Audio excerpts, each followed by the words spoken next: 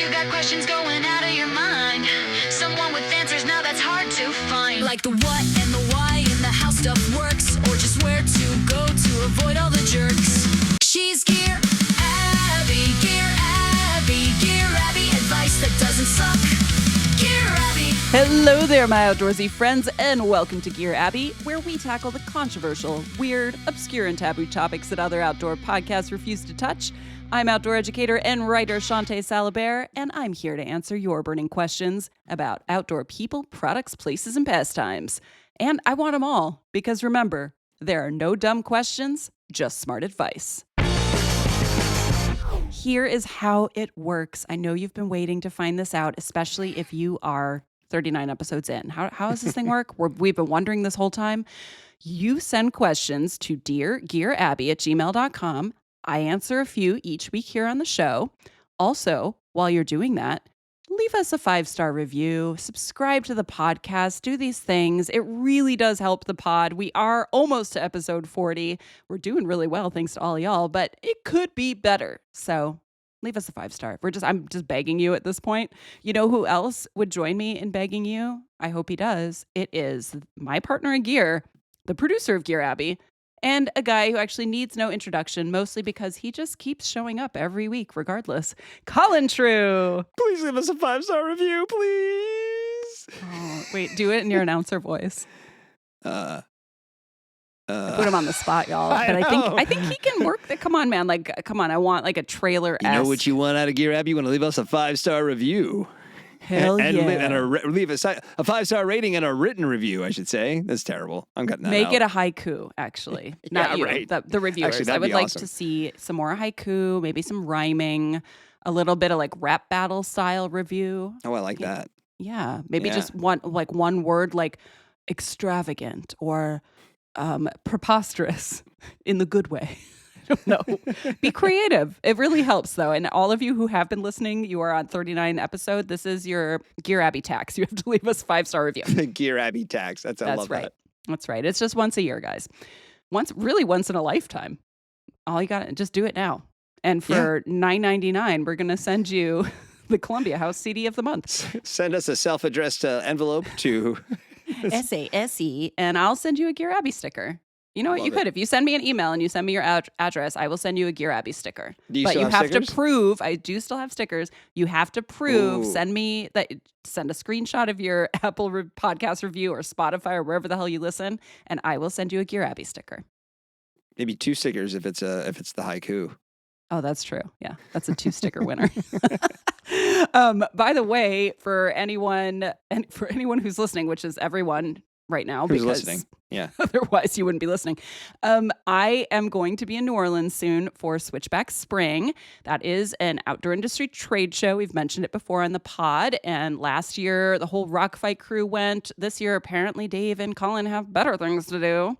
But Owen and I will be there. If y'all remember Owen Comerford, who was on the pod a while back and has his own Outdoor Unfiltered pod where he talks about nerdy industry stuff. Anyway, Owen and I will be there. We're probably going to do something special on the Podiverse. But send any questions while you're also emailing me your address for no nefarious reasons, just for stickers. You can also ask questions. What do you want me to be looking at the show? Do you want me to meet with any brands? Are there any things you want reports on? Do you want to know how the convention center food is? Because I'm not going to eat it because I'm going to eat New Orleans. Any recommendations? I've been to New Orleans 200 times, but I will still take a recommendation. Yeah. So tell me any industry gossip that you want. I don't know. Can you track the daily, dew points? Oh, the dew points. It's just, you know how sweaty I'm going to be, Colin? It's going to be bad. You're a self-admitted prolific sweater. So that's right. Verbatim. That is how I describe it. It is. I'll be wearing, you know what? This might be the one trade show that I dress like a trade show dork and wear performance gear just so I'm not sweating through my nice Good clothes. idea. Careful, though, because synthetics get stinky. Oh, now I'm thinking about sweating, but I'm not actually sweating, which is an improvement upon last week when I was sweating. So right now I'm temperate. You're, I've achieved temperature equilibrium. I am at homeostasis and I don't want to move.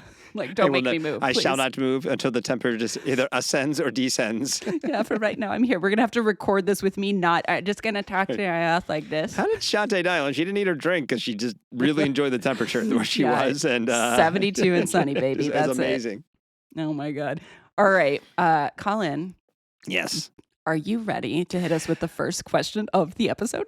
I'm ready. I'm not sure how I feel about this one. I'm excited to hear your answer, and I'll have to ponder it to see how I might think about this. So the first question today, dear Gear Abby, loyal listener here with some fighting words, so I can hear you and Colin bicker.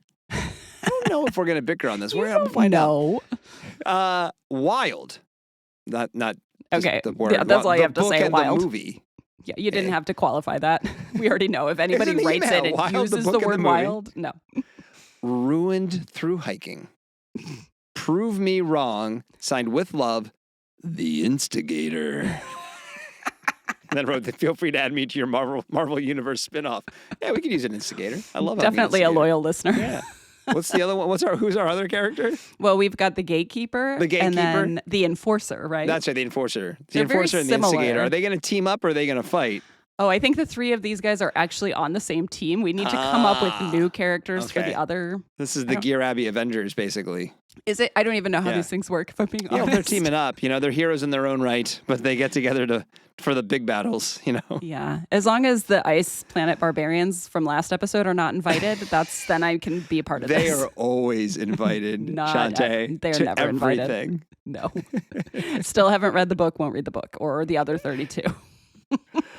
All right. Well, I feel like every time we get a question like this, I am obligated to ask Colin, did you write this? No, because I don't agree. So Okay, great. I like that. We're already off to a good start. Nanny, Yeah. nanny, boo, boo, instigator. All you have to do to hear Colin and I bicker is tune in every week. That's true. We'll find something to bicker We'll about. find something. We like to Yeah, rib for each sure. other. But we're basically like siblings at this point. All right, well, fine, whatever. We will consider letting you into the Gear Abiverse instigator, but until then, I am here to apparently valiantly defend Wild, or at least prove you wrong, which is probably what I'm going to do instead. And that is mostly because the whole idea that, quote, Wild ruined Thru-Hiking is just a baseless claim. You have zero proof, nor do you say, what has been ruined. Are you mad that, I don't know, more women are hiking, that people are on the trails for deeper and sometimes more emotional reasons than it's just there to like conquer something? Do you think like ultralight god Ray Jardine is sitting somewhere cursing the day Cheryl Strayed was born? Probably not. Okay. Right. I don't think so. I've mentioned before on the pod that, so we're gonna get into this. It's a gentle takedown. I'm not going to be mean, but I also don't like you, instigator. I never say that. I don't know if Instigator believes this or if they're just looking for something for good us to point. argue about. But I mean, I think I'm with you. I guess clearly it's something they're thinking about. So we'll just, for the sake of the argument, they can write back in and clear things up if we're wrong. I'm going to believe that they think this. I'm going to believe that they think this just Yeah, because for sure. I'm feeling that way right now. I'm feeling Yeah. salty. I hear this so much. Like on the trail, pretty much every summer on any trail, someone will say it. And I'm like, you're on the trail right now. Go fuck Right. yourself. Yes, right. That was very aggressive for me. I'm so sorry. I Yeah. never say the F word on here. You should say it more. No, I leave that to you. Okay, You're the good, one who thank you. gives us the explicit rating, Colin. So, all right, Thru-Hiking. I've mentioned back on, I think it was when I don't even remember what episode it was. I mentioned that Earl this was the trail names episode. We talked about trail names. Earl, the crazy one, Schaefer, was the first person to thru-hike the AT. This was back in 1948. And then Emma Rowena Grandma Gatewood came along in 1955. 67 years old, first woman to thru-hike the AT. And she immediately ruined Thru-Hiking. It was her. It's always a woman. The mantle gets passed. Yeah, Earl was the cool one. Yeah, Cool, that guy crazy one. ruled. Emma, Everyone loved Earl. Grandma Fucking grandma Gatewood. coming along and just destroying this incredibly new, nascent development called Thru-Hiking. Just with one through swoop. I can't even my talk God. words because I'm so angry. No, you know what? Grandma Gatewood, actually, there's a great book about her. You could learn about her if you're not familiar.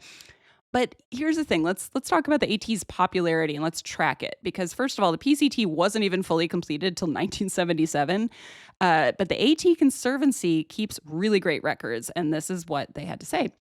So in the 1960s, about 38 people thru-hiked that year. In the 1970s, like by the next decade, almost 800 people completed the trail. Okay? This wasn't because of a movie.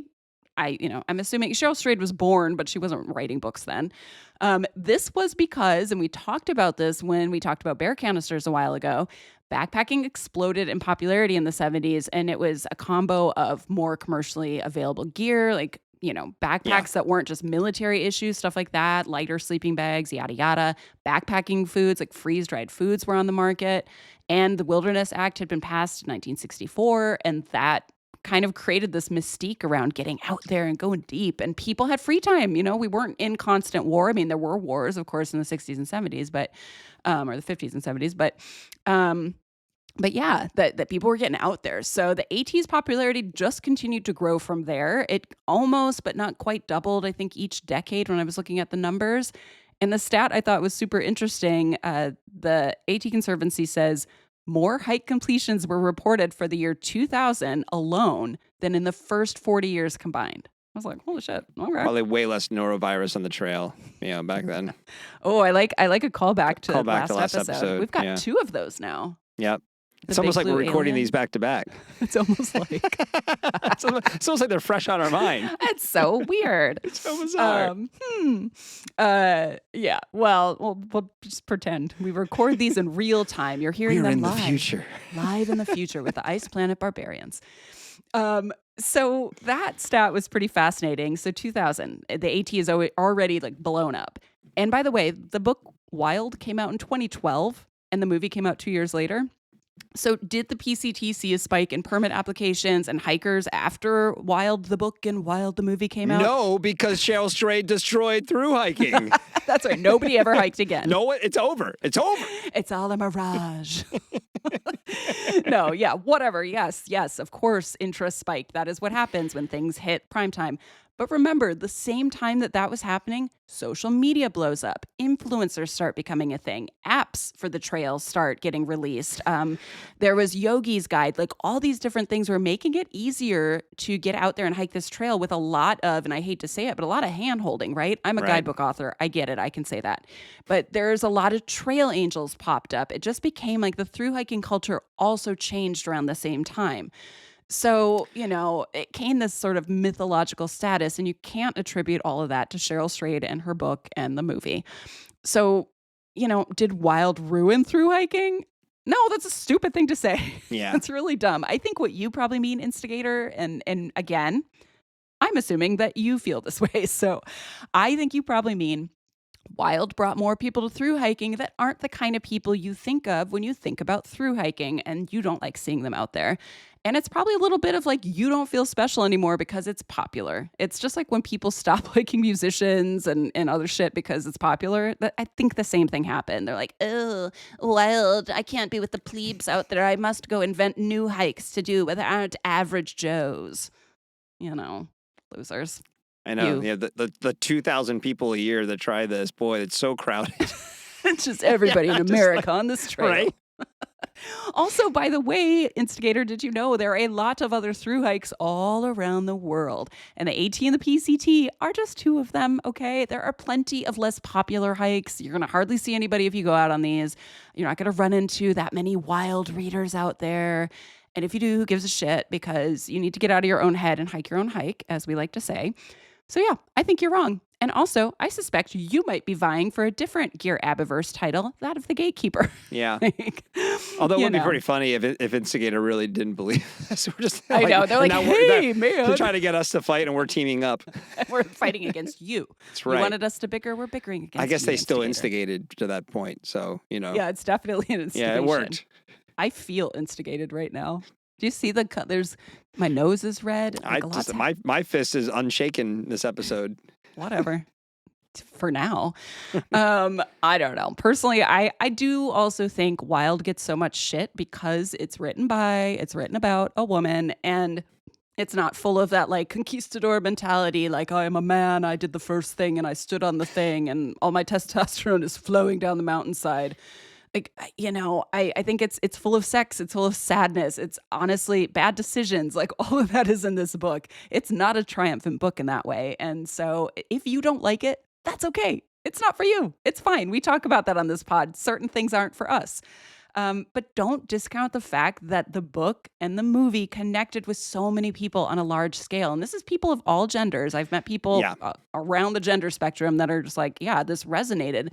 It's this universal thread of grief. She loses her mom and goes out there to deal with it, and coping and empowerment. And I really think that resonates with people on a deeper level than like, the triumph of completing the whole trail or whatever. People give her shit about that too. I think it helped a lot of people realize that whether or not they become a through hiker or they ever through hike, the outdoors is a place where we can all probably find a little bit of healing, a little bit of connection, solace, peace, whatnot. Like we can go a little deeper into ourselves out there. And I think that was the magic of this book. And that's what really spoke to people. So my final word is just suck it, instigator. You're wrong. Yeah, I didn't think of it as much of as an outdoor or hiking movie. I didn't read the book, to be honest, but I watched the movie and I was like, there are obviously it's crucial the outdoorsy parts, but like you said it's a human story and a grief story and a growth story, and you could have swapped out the through hiking, even though I know that's accurate to the real life story, but you could have inserted like, I don't know, like any number of things that was just the tool with which she found her way to the other side. And, and I didn't watch that going like, God, man, now I really want to go backpacking. And now, obviously, I wasn't relating to the character and all that kind of stuff. So I'm sure that it has had that. And clearly it has based on what you just said. But come on, like if there's anything ruining through hiking, it's, I don't know, people leaving trash on the trail or being irresponsibility but that probably, I don't know, what is ruining through hiking? Nothing is ruining through hiking. It's fine. If all the outdoor activities, through hiking is probably like the most preserved as it has grown, if you think about it. I mean, if anything's ruining through hiking, it's like climate change and wildfires burning out the trail. That's exactly right. That's right. Instigator, send us an email about that. This year's probably good on the PCT because they didn't really snow. No, that means it's bad, Colin. You know how fire happens? I know long term it's bad, but for this year, under a microscope, pretty good. Okay, good for the early season hikers, bad maybe for the late season hikers. Well, if you want to drink water, I mean, sure. There's Gatorade instead. Yeah. Let's put a 7-Eleven up on the trail. It'd be great. Oh, man, the amount of times you saying put a 7-Eleven up on the trail it just reminds me of the amount of times I've heard one of my least favorite phrases on the trail, and that's, oh, there's beer at the top. Oh, yeah. No, there's not. There's never beer at the top. Like, also, I don't want it, but it's not there. You know what I want? I want enchiladas. No one's ever like, there's enchiladas at the top. Right. The closest thing, now the Euros have it right when you're in like the Alps and you come along like those little hostels where you can order like sausages and drink beer and stuff like that, but it's in a really beautifully constructed little like building, so you forgive it for being there even if you want to have more of a more natural experience. I'll let this one pass. This is fine, but the one that I simultaneously loathe and love is the Mount Washington Observatory, because you're coming along and now you're crossing a road and there's a bunch of, freaking idiots up there who drove to the top, but you get to go inside and get like hot dogs and chocolate milk and stuff. And it's like, okay, this is kind of great. It's a really complicated experience for you. It is. It's a range of emotions. We like a range of emotions. Maybe we'll have more on this episode beyond being instigated. What do we have next? I'm sure that we will. Maybe right now with this next question. Who knows? Yeah. All right. Are you ready for the next question? Yeah. Okay. I'm always ready for the next question, Colin. Okay, here we go. This is kind of a long email. By our listener standards. Not that I'm insulting our listeners. By our listeners' standards. Listen, I'll never forget the resume question. That was like when that dude was looking for a job. That was the longest email. Some brevity to these, and this is eschewing the brevity. I like to mix it up. Yeah. Dear Gear Abby, I pose these inquiries, one, on behalf of those, see where I'm going? On behalf of those few outdoor I like it when types, it's numbered. Yes, who do not reside in sub-Sierra Mediterranean climate California.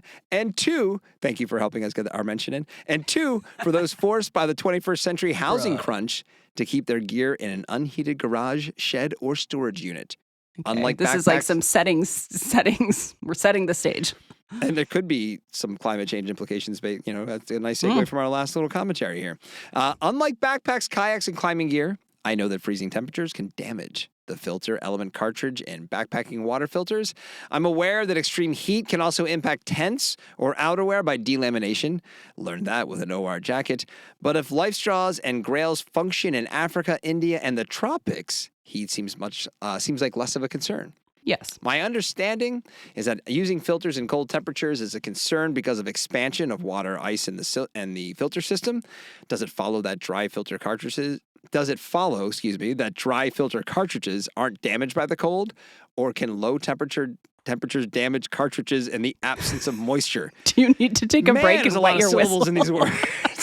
Somebody smart wrote this email. Yeah, and it wasn't me. That in turn begs the question. I feel like I'm giving like a college level dissertation right now. That in turn begs the question. Tell me Can more. we be sure that a used question is ever completely dry? And You what mean about cartridge? a brand new, as of yet unused filter cartridge? It's actually easier to do when I do it this way. Finally, does this apply equally to all models of filter? Thanks, a decidedly non-professorial listener. Is there a question? What's the question?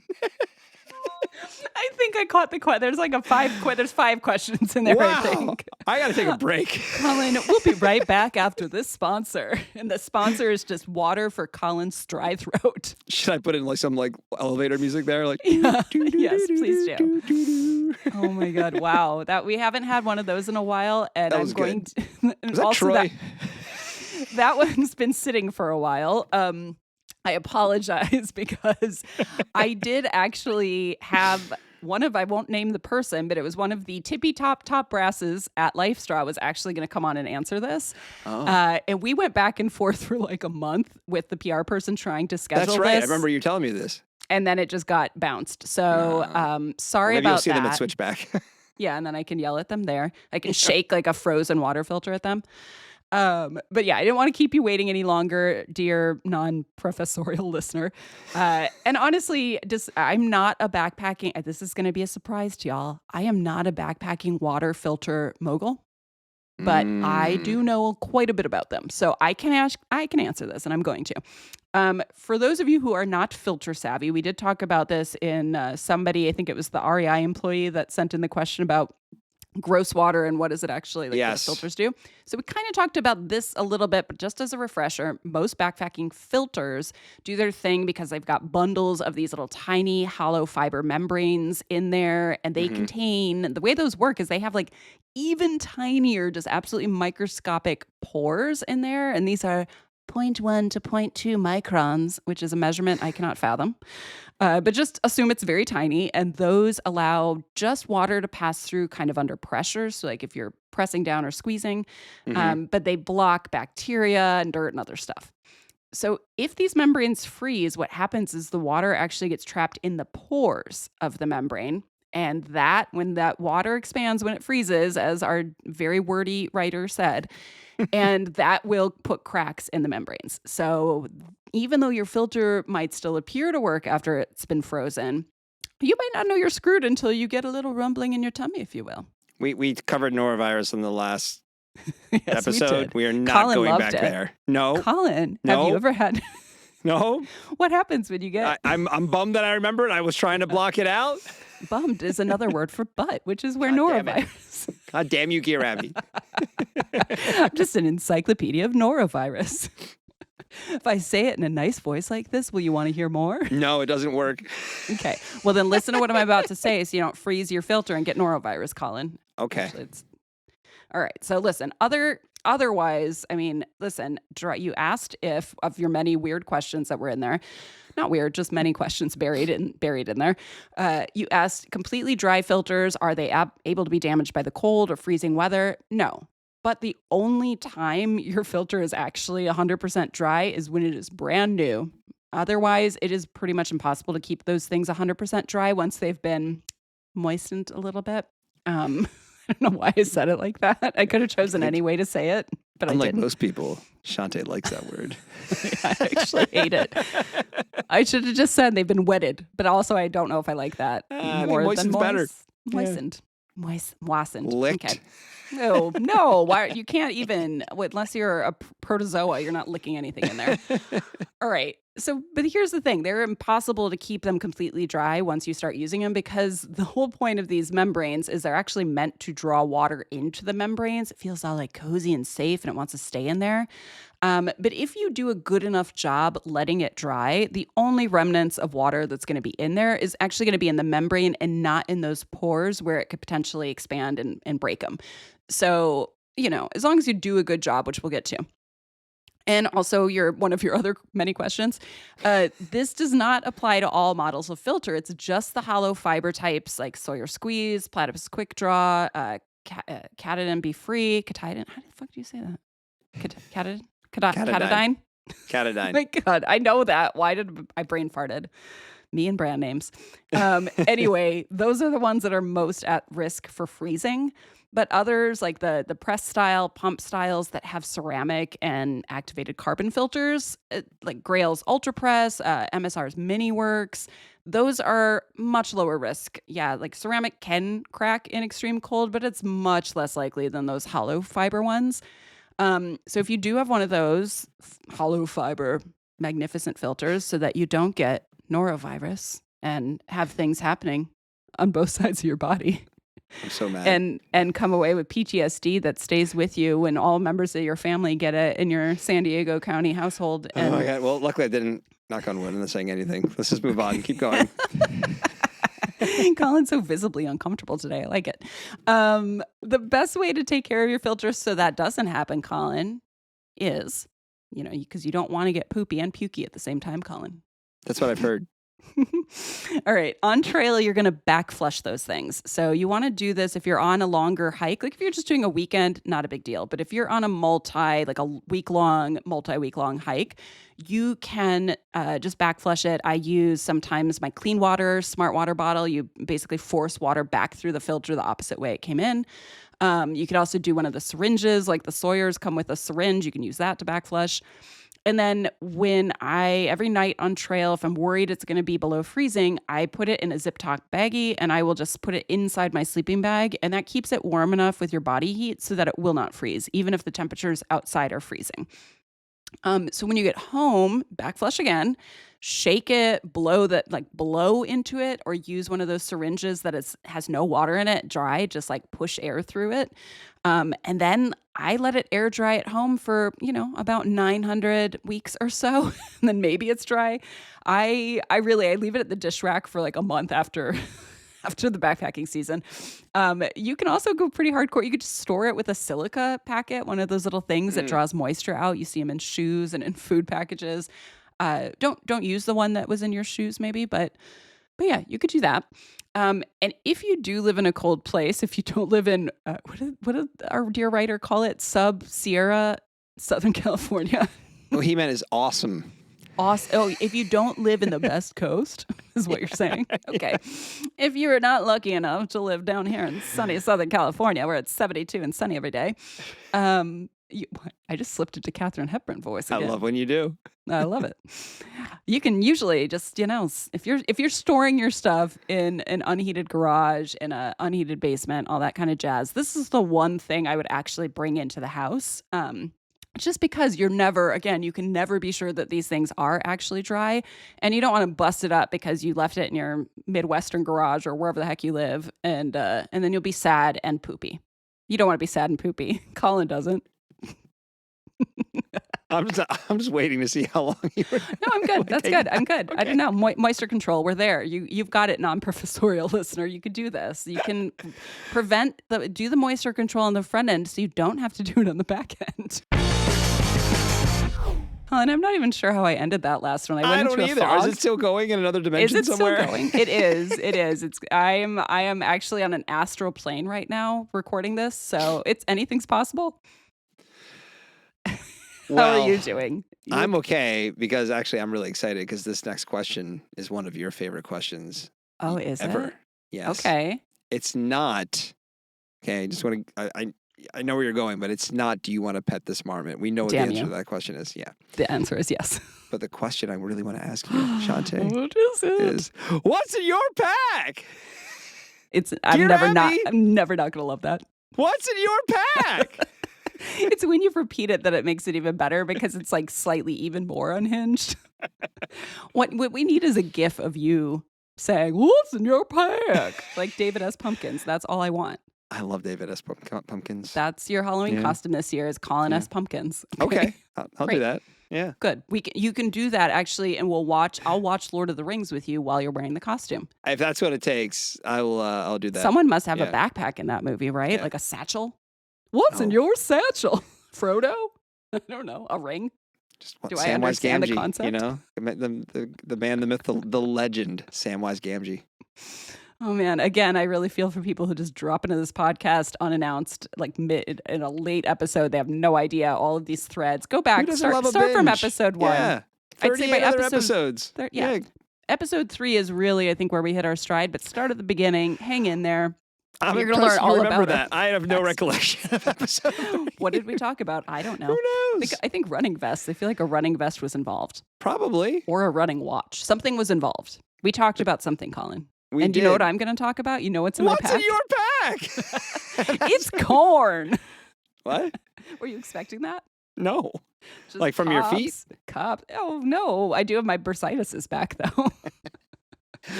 Bursitis. My bursitis is back. Yeah, I recently had the privilege of keeping, speaking of my bursitis, actually, I recently had the privilege of keeping a friend company when she was getting one of her chemo sessions. And she had ice pack things. Like I learned a lot about the chemo process, and they, to try to prevent hair loss, you can wear a cold cap, and it's like this freezing thing that suctions to your head. And then you have cold mitts and cold feet things. Anyway, she put her cold feet things on my bursitis part, which she's like, let me help you while I'm getting help.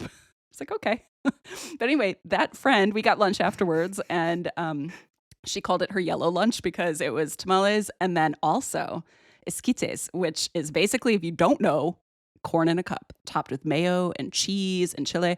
Like it is one of my Sounds like favorite that would things. spill in your pack. Well, we're not there yet. We're not Oh. in the pack. This is lunch the other day. Okay? Okay. We're getting to the pack and where the corn shows up. Okay. Be patient. The corn will come. Okay. The corn isn't even breathing heavy. The corn. Oh God, I hate that.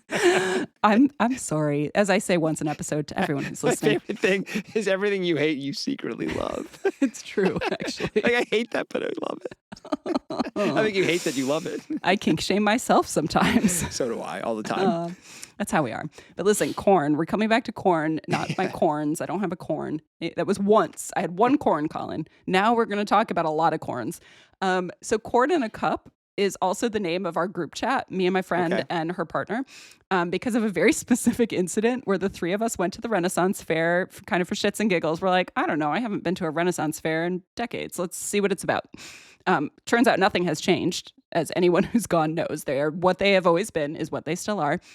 But two of us, and I will not say which two, ended up absolutely schnockered on mead or whatever, overpriced medieval shit they were serving us. And we ordered a cup of esquites. They had a stand there, and the stand was called Corn in a Cup. And love this that. is where the icon began. And the two of us that were drunk, absolutely not naming names, just started sort of singing a weird song that was like, corn in a cup, corn in a cup. My lady, I shall eat some corn in a cup. And then we started doing it almost as a layered round, and it was creepy. And the third person just looked at the other two like, you could just eat your corn. Can we go now? Hey, that's awesome. Now shut the fuck up. Now please stop because it's creepy and weird. Right. So yeah, I'm But pretty luckily sure. for you, you were drunk, and at that point, everything's a good idea. I don't know what you're talking about. No, I need to do it 8,000 more times. So Yeah, we did do it maybe for an uncomfortably long time for the person who wasn't drunk. the corn in the cup, people are like, you need to stop. Corn in a cup. You're driving away business. The great thing is both of these people are religious listeners of the podcast, although Oh, only amazing. They should send more questions in. One of them has sent questions in, but y'all, this is dedicated to both of you who I will not name by name. I just hope there's not video of that. Anyways, I am getting ready to spend a few weeks on the trail again, take some photos, do my thing. I'm starting to meal plan, and I was thinking about our corn experience at the hospital.